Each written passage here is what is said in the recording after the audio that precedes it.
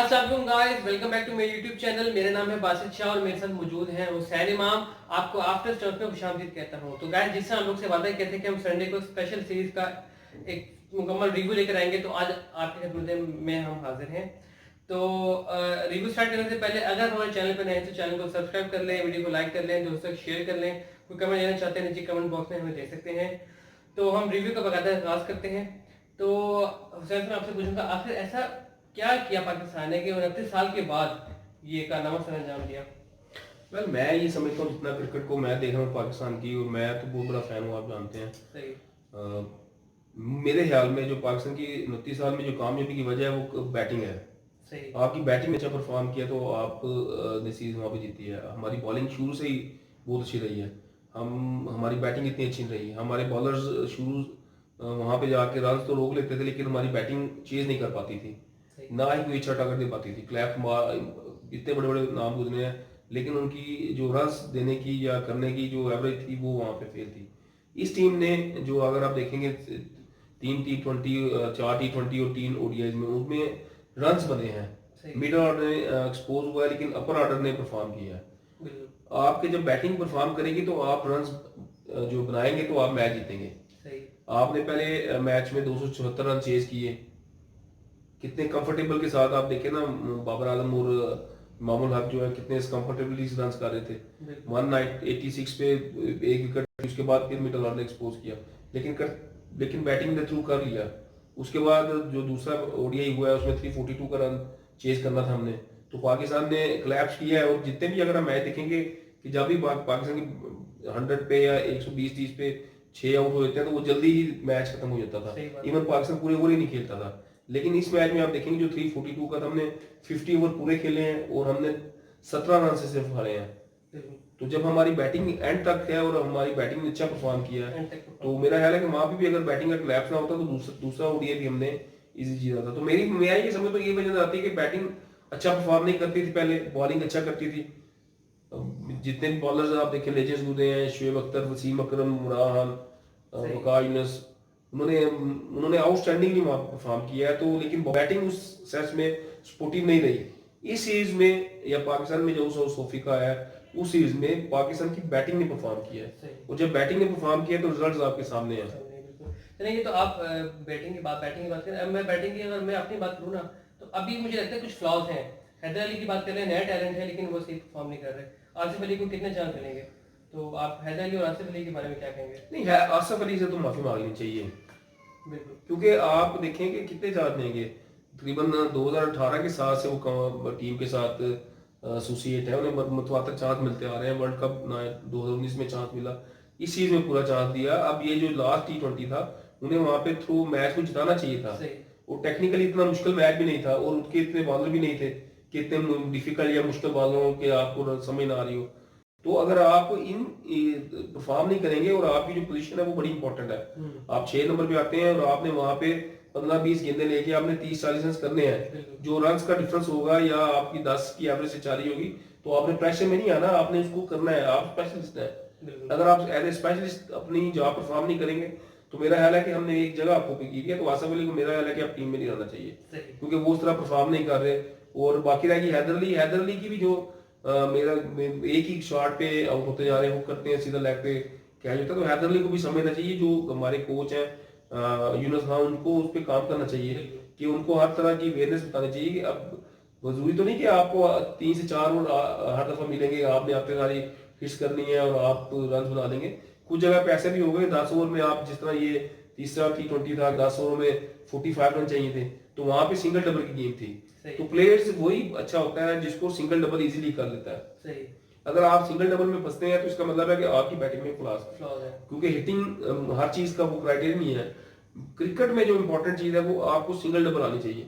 जो player easily single double करता है उसके लिए हिटिंग करना बड़ा इजी होता है, क्योंकि उसका जैसे ही वो आएगा, प्लेयर 1-2 बॉल खेलेगा, सिंगल डबल लेगा, तो उसके लिए इजी हो जाता है। तो अब हैदर अली का मसला ये है, वो हर बॉल पे शॉट खेलना चाहते हैं, तो इस तरह नहीं चलता। तो कोच को इन पे काम करना पड़ेगा, नहीं तो इस तरह रहा तो ये परफॉर्म ये भी नहीं कर पाएंगे। और या इनको आप पहले 6 ओवर में चांस दे दें, ओपनिंग करवा दें कि जी 6 ओवर आपके पास है, दायरे में जो है फील्डर 2 बाहर होते हैं, बाकी अंदर होते हैं, तो आप जाके 6 ओवर में 60-70 रन करें, आपका काम पूरा हो जाता है। लेकिन जहाँ पे आप पोजीशन को 4 ओवर दे रहे हैं, वहां पे मैच ये आएंगे 12वें 13वें नंबर पे आएंगे, 12वें 13वें ओवर में, तो 7 ओवर में आपने या 8 ओवर में आपने मैक्सिमम रन वहां से करने हैं, 10 या 11 की एवरेज लेके चलना है। सही। तो मिडिल ऑर्डर की बात करते हैं, मिडिल ऑर्डर को एक्सपोज हो गया। मैं तो कहता हूँ फीस को भी समझना चाहिए था, मोहम्मद फीस भी अच्छा नहीं परफॉर्म कर पाए, और वो जो मैच हम कंफर्टेबल जीतना चाहिए उसको हम फंसा लेते हैं। अब तीसरे जो T20 में भी हम पहले ओडीआई में भी हम कंफर्टेबली जीत रहे थे, 186 पे 2 बाबर आजम आउट हुए, उसके बाद मैच ही फंस गया। वहां से तो जो मिडिल ऑर्डर नीचे था उसको तो प्यार मोहब्बत के साथ जो है खेलना चाहिए था, और लेकर चलना चाहिए, तो वो 45 या 46 ओवर में मैच को खत्म कर देना चाहिए था। वो T20 जो हमने आगे देखा है उसमें भी हमारी जो मिडिल ऑर्डर एक्सपोज हुआ है, वो जो कंफर्टेबल मैच है मुश्किल बनाते हैं, तो ऐसा नहीं होना चाहिए। इस पे यूनुस खान को काम करना चाहिए, नो डाउट हम जीते हैं, लेकिन जहाँ पे एरिया ऑफ इंप्रूवमेंट है उसको देखना चाहिए, और एरिया ऑफ इंप्रूवमेंट हमारी मिडिल ऑर्डर है, और वो 6 मैचों में 7 मैचों में नजर आया, तो आप वहाँ पे एक्सपोज हुए हैं, तो आपको वो उस पर काम करना पड़ेगा। आपको जीत पे ही खुशी नहीं मनानी पड़ेगी, आपको इन प्लेयर्स का करना पड़ेगा। दानिश अजीज का आपने डेब्यू करवाया, वो भी परफॉर्म नहीं कर पाए, वो शॉर्ट पिच पे डर के खेल रहे थे, हालांकि सेंचुरियन की जो विकेट है बड़ी बैटिंग फ्रेंडली विकेट है, तो उसमें भी उनको समझ नहीं आई। तो बात यही मैं फिर कहूंगा बार बार कि जीते हैं, नो डाउट जीते हैं, लेकिन बैटिंग कोच को जो है यूनुस खान को इन पे सब पे मिडिल ऑर्डर पे काम करना पड़ेगा, उनको बताना पड़ेगा कि गेम वेलनेस किस तरह आपने लेके मैच पे चलना है। तो आसिफ अली को हमने काफी चांस दिया, तो मेरा हाल है आसिफ अली से तो माफी मांग लेनी चाहिए, क्योंकि जिस पोजीशन में वो खेलते हैं, तो वर्ल्ड T20 आ रहा है, तो उसमें अगर इस सिचुएशन में 10 ओवर में 40 रन चाहिए होंगे, तो अगर ना करें तो मेरा ख्याल है कोई फायदा नहीं है। उनको तो चाहिए कि आप अपनी गेम, उनकी जो नेचुरल गेम है वो नेचुरल गेम करें आगे। सही सही। चलिए अब हम बॉलिंग की तरह बात कर लेते हैं। बॉलिंग कैसी रही पाकिस्तान की ओवरऑल, और शहीद खान के बारे में मैं जरा बात करना चाहूंगा कि शहीद खान के साथ क्या जाती नहीं है, उसको सिर्फ एक चांस मिला। नहीं, उसको 4 मैच देने चाहिए थे शहीद खान को। मेरा ख्याल है कि 4 मैच देते उसे, उसकी परफॉर्मेंस जो है नजर आती। अभी मुझे बात है, एक मैच दिया है, वो भी जो है फखर जमान थोड़ा सा प्रॉब्लम में थे, उनको एलर्जी का कोई इशू था, तो जिसकी वजह से चांस मिला। तो मेरा ख्याल है इस तरह, तो अगर जिस तरह टीम का टेम्पो चाह रहा है, तो मेरा नहीं ख्याल उनको चांस मिलेगा वहां पे। इंडिया की विकेटों पे, या आप कह लेंगे जो दूसरी विकेट्स हैं उस पर आप इनको चांस देंगे, रोटेट करेंगे खिलाड़ी, तो आपको समझ आएगी। तो मेरा ख्याल है कि थोड़ा सा मिस फखर जमान को ही रेस्ट करना चाहिए था। 4 मैच आप शजील खान के से जाते हैं, मेरा राती ओपिनियन है। लेकिन एनीवे जो रिपोर्ट्स मीडिया की चाह रही हैं मिसबाह हक की या बाबर आजम की, वो they are not been satisfied with them Shazil Khan के साथ। तो जब ये होता है तो डेफिनेटली ऐसी सिचुएशन में चांस मिलना बड़ा मुश्किल होता है। हाँ, अगर वो दूसरा जो T20 में चांस मिला था उसमें वो ग्रैब करते और 25 से 50 रन या 60 रन करते, तो डेफिनेटली वो भी डोर में होते, तो उन्होंने नहीं परफॉर्म किया, तो इस वजह से मेरा ख्याल मुश्किल ही है। लेकिन देखा जाए तो मोहम्मद जवान जो वो भी तो 0 पे आउट हुए, बाबर आजम से परफॉर्म नहीं हुआ, इसके अलावा जो जितने मिडिल ऑर्डर थे हफीज, उन्होंने भी नहीं अच्छा परफॉर्म किया। तो मेरा ख्याल है कि चांस देना चाहिए इनको, कुछ ना कुछ आपको बैटिंग एडजस्टमेंट करनी पड़ेगी, आपको बैटिंग एडजस्टमेंट करनी पड़ेगी। मैं तो बार बार कह रहा हूँ कि मोहम्मद जवान नो डाउट अच्छा परफॉर्म कर रहे हैं, लेकिन ओपनिंग में 6 ओवर बड़े इंपॉर्टेंट है, तो आपको मोहम्मद जवान को मेरा ख्याल है कि 5वें नंबर पे ले जाए, और उनको भी वो वहां पे चांस बस प्रैक्टिस जो है हार्ड हिटिंग ही करें। सही। तो एनीवे बाकी इनका अपना है, लेकिन मेरा नहीं ख्याल कि मिसबाह या टीम मैनेजमेंट शजील खान को चाहते हैं। सही। चलिए, जो शजील खान की बात होगी, अब हम हारिस रऊफ और हसन अली की बात कर रहे थे। वो काफी रन दे रहे हैं, काफी रन देख रहा हूँ मैं कि वो रन दे जा रहे हैं, उसके ऊपर क्या कहेंगे? मैंने गार्डनर्स की कल रिव्यू पूरा सुना है परफॉर्मेंस में, तो वो तो सेटिस्फाइड लग रहे थे भाई।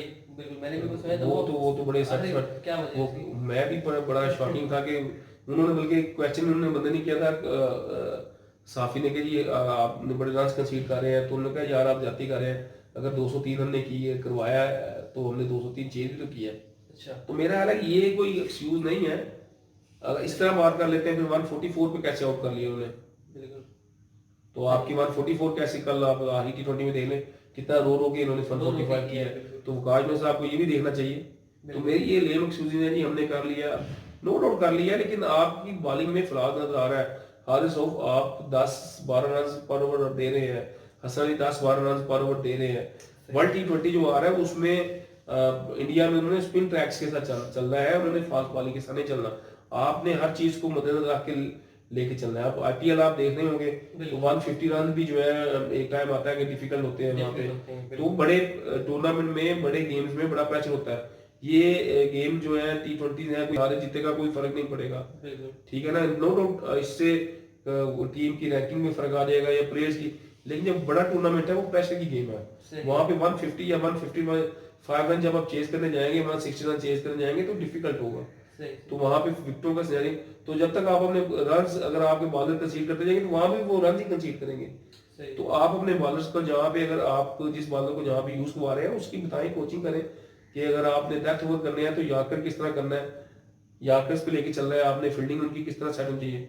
नो डाउट T20 गेम है, उनकी बात ठीक है जी, जिस दिन बैटिंग ट्रैक्स होते हैं, लेकिन फिर भी आप एज ए कोच काम कर रहे हैं तो आपने उसी चीज में से सीखना तो है, अपने प्लेयरों को भी सिखाना है, जो लर्निंग लेनी है आपने, जो कुछ करना है। तो ये एक्सक्यूजेज नहीं होने चाहिए कि हमने 203 के चेस किया है। तो आपको बॉलिंग पे अच्छा ध्यान देना चाहिए, आपको बॉलिंग बताना चाहिए राइट एरियाज में, राइट। अगर आप लास्ट T20 भी देख लें तो उसमें उन्होंने 190 प्लस रन करने थे, वो तो उनके मिडल ऑर्डर उनका भी एक्सपोज हुआ, फ्रेश थे तो उनकी टीम भी नहीं थी तो एक्सपोज हो गया, तो अदरवाइज उन्होंने 190 रन करने ही करने थे। बिल्कुल सही। तो उसके लिए आपको रोकना पड़ेगा, आपको बताना पड़ेगा, कोचिंग करनी पड़ेगी।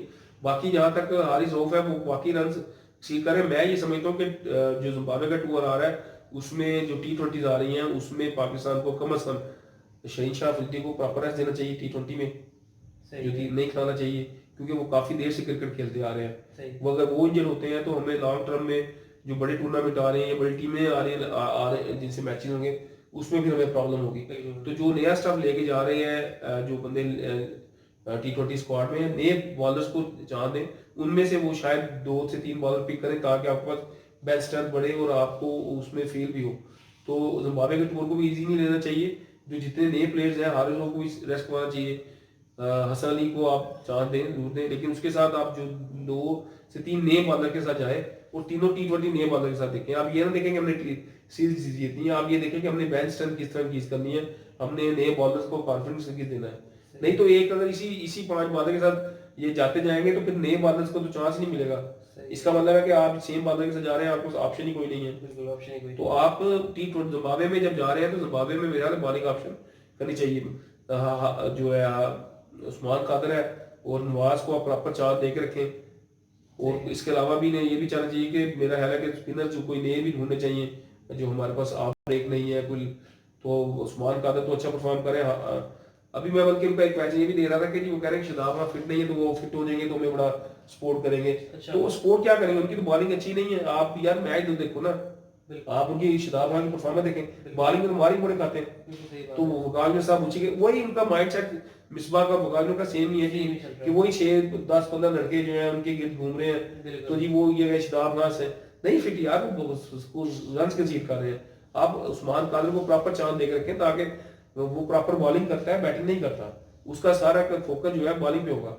आपने 5 T20 20 ओवरों का गेम है, आपने पांचों के पांचों बॉलर स्पेशलिस्ट करने हैं। मोहम्मद आमर आप उसे नेगोशिएट करें, उसको वापस लेके आए ताकि आपकी बॉलिंग स्ट्रेंथ बढ़े। आप लेकिन यहाँ पे चक्कर ही कोई नहीं है हमारे।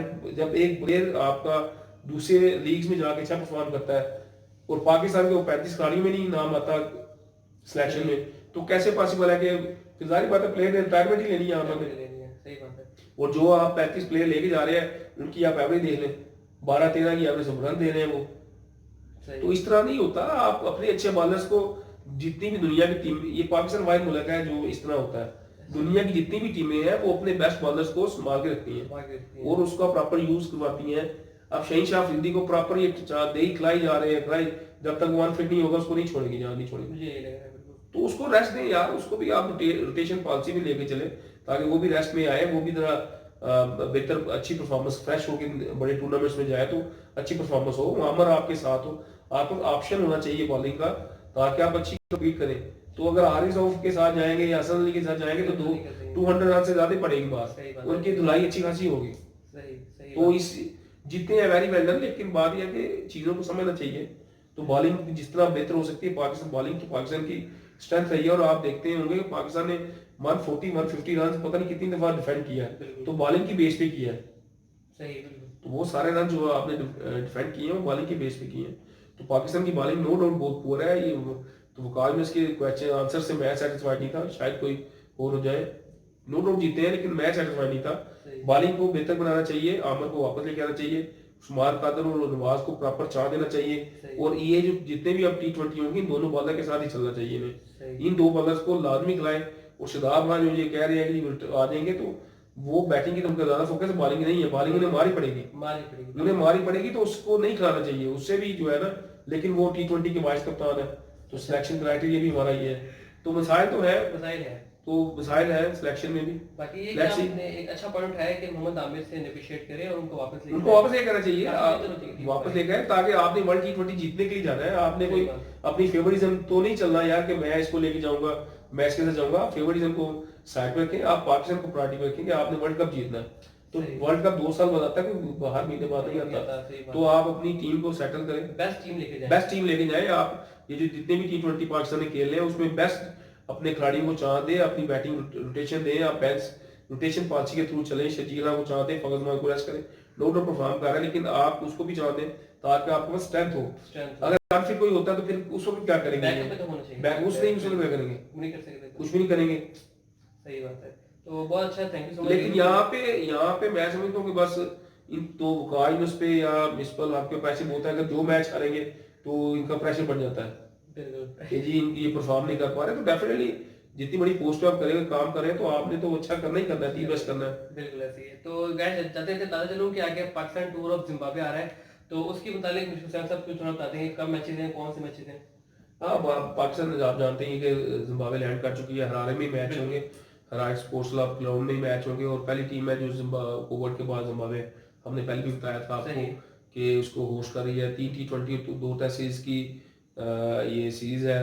21 से ऑनवर्ड जो है, उससे पहला मैच होगा बुध 21 125 3 T20 है। और पाकिस्तानी स्टैंडर्ड टाइम के मुताबिक 2 बजे जो है ये स्टार्ट होगा। और दूसरा जहाँ तक बात करते हैं टेस्ट की, वो 29 और 7 मई को जो है वो बस 2 टेस्ट होंगे। 12:30 बजे का जो है पाकिस्तान स्टैंडर्ड टाइम के मुताबिक जो है ना उनका मैच होगा। तो इंशाल्लाह पूरी कवरेज देंगे अपनी इन सारे मैचेस को इंशाल्लाह। तो मैं फिर यही सजेस्ट करूंगा कि शहीनशाह अफरीदी को रेस्ट करना चाहिए, हारिस रऊफ को रेस्ट करना चाहिए, और जो नए बॉलर T20 में लेके गए हैं उनमें उनको चांस देना चाहिए ताकि उनमें से भी कोई बेंच स्ट्रेंथ आपकी इंक्रीज हो। और बैटिंग में भी रोटेट करें, शजील खान को लेके आए और कोई दूसरा जो बैट्समैन T20 में लेके आए उससे भी चांस दें ताकि आपके पास बेंच स्ट्रेंथ ज्यादा बढ़े। अगर आपने जिम्बाब्वे के खिलाफ भी अपनी बेस्ट टीम खिलानी है तो जीतने के लिए करना है, तो कोई फायदा नहीं है। क्योंकि छोटी टीम जितनी भी होती है वो उसके साथ आप अपने नए फ्रेश टैलेंट को चांस देते हैं और उनको साल ले लेके चलते हैं। तो उन्हें नए प्लेयर्स को भी चांस देना चाहिए। तो इस सीरीज में देख लें, उसको ओपनर ना भेजें, शजील खान को ओपनर भेजें, और जो अपना मोहम्मद उस्मान है उसको आप 5वें नंबर पे ले जाएं, आसिफ अली को रेस्ट कराएं। तो रोटेट करके देख लें, ये मेरी सजेशन है। लेकिन उन्होंने करना तो अपनी मर्जी है। दी बेस्ट टीम लेके जाएंगे, जिस तरह वो ऑस्ट्रेलिया के खिलाफ अपनी जो बेस्ट टीम है, जैसे जिम्बाब्वे ने ऑस्ट्रेलिया खेला होगा, तो पाकिस्तान की बेस्ट टीम खिलाएगा। सही है, तो जी भी है बस। चले एनीवे देख ले, देखते हैं। तो guys thank you so much. लेकिन जाते जाते मैं अपने जो सीरीज में पाकिस्तान ने वर्ल्ड कार्ड बनाया है वो जाते जाते मैं रिव्यू करवा दूं कि पहला तो वर्ल्ड कार्ड है जी, पाकिस्तान के खिलाफ किसी टीम ने 7 साल पर 200 रन किए हैं। अच्छा। और दूसरा जो वर्ल्ड कार्ड है, पाकिस्तान ने अपनी T20 में एवर IS से चेस किया है 203 रन का। सही। एवर IS पार्टनरशिप थी किसी भी पाकिस्तानी टीम की। इसके अलावा बाबर आजम आप पता है कि नंबर 1 ओडीआई के प्लेयर बने हैं।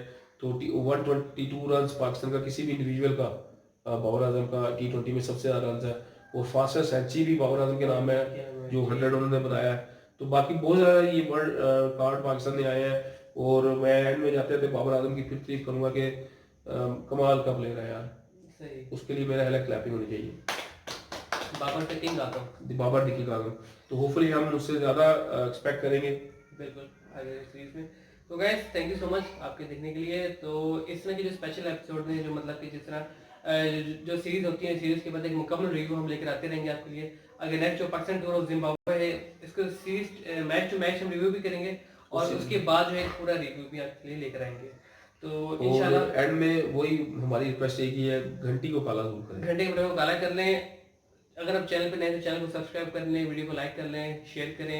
कोई कमेंट देना चाहते हैं इस रिव्यू को, अगर आपको रिव्यू पसंद आया या कोई इसमें फ्लॉस है तो आप वो भी हमें कमेंट देके बता सकते हैं, कमेंट बॉक्स में डालें हमें, कमेंट बॉक्स में डालें बिल्कुल। तो इंशाल्लाह आगे जब पाकिस्तान टूर ऑफ जिम्बाब्वे के जो फर्स्ट मैच होगा बुध को इंशाल्लाह, बुध को तो बुध को इंशाल्लाह आपकी हम खिदमत में हाजिर होंगे। तब तक अपना बहुत ख्याल रखिएगा। अल्लाह हाफिज।